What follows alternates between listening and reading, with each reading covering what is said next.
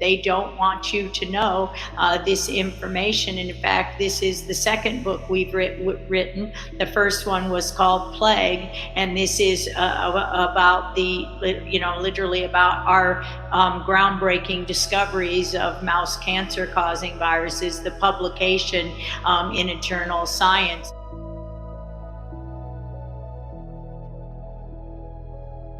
And when it became clear that of the number of strains of these mouse cancer causing and neuroimmune disease causing viruses that had entered the human virome by way of a contaminated blood supply and contaminated vaccines with lots of animal tissues and lots of different viruses, they needed to shut this down, because of course this is exactly what happened. What is COVID-19, a coronavirus that entered the human virome in a way that wasn't natural, that is not a natural evolution of a virus that's being sold as anything but. So when the data became clear that this virus it was in the human virome by a contaminated blood supply that could have been contaminated for 30 years, 25 times more people were infected than in HIV/AIDS at the height of HIV in this country in 1991.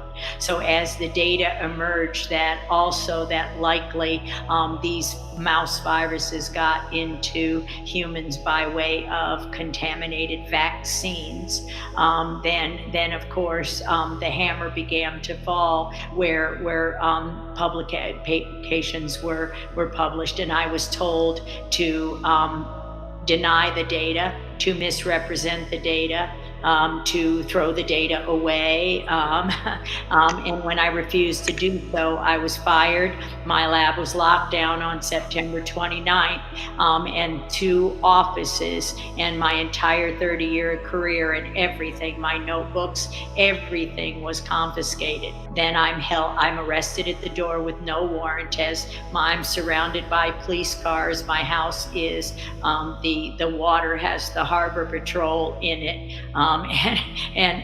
There's no warrant. My husband's pushed into a chair. They search my entire house. They take me away in foot shackles and hand shackles in front of the entire neighborhood, who all said they knew something was going on because of the amount of force that was used. I was held in jail for 5 days in Ventura County without bail, on a bail hold, without the possibility, never saw a judge, never saw a lawyer.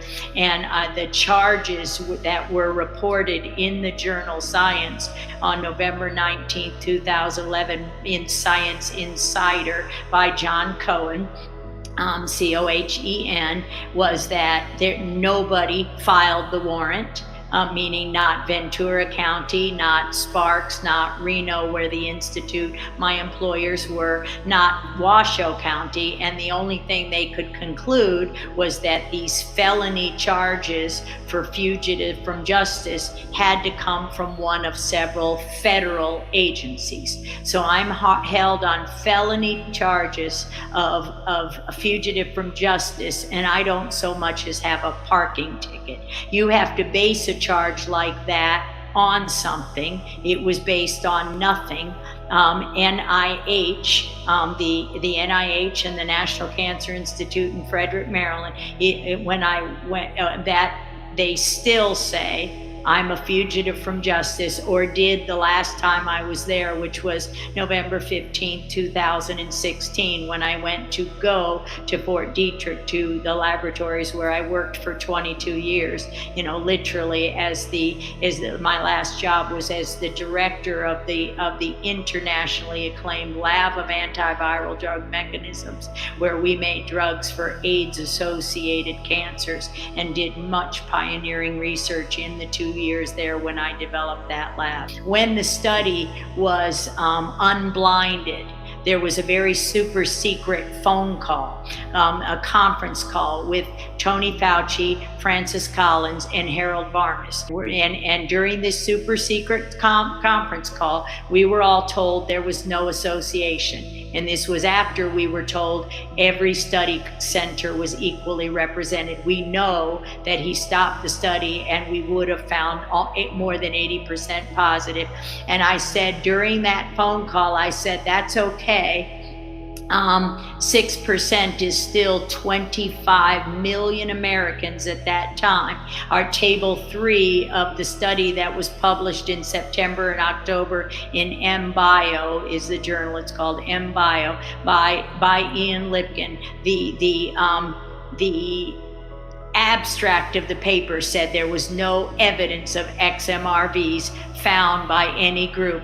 Clearly, on table 3 of that paper, there was 6.1% in the patients and 6.1% in the controls. So yes, there was no association, but we still, every single study that was ever done showed between 4 and 7.8% of the US population was infected, were asymptomatic carriers, if you were, and some very, very ill with many, many cancers.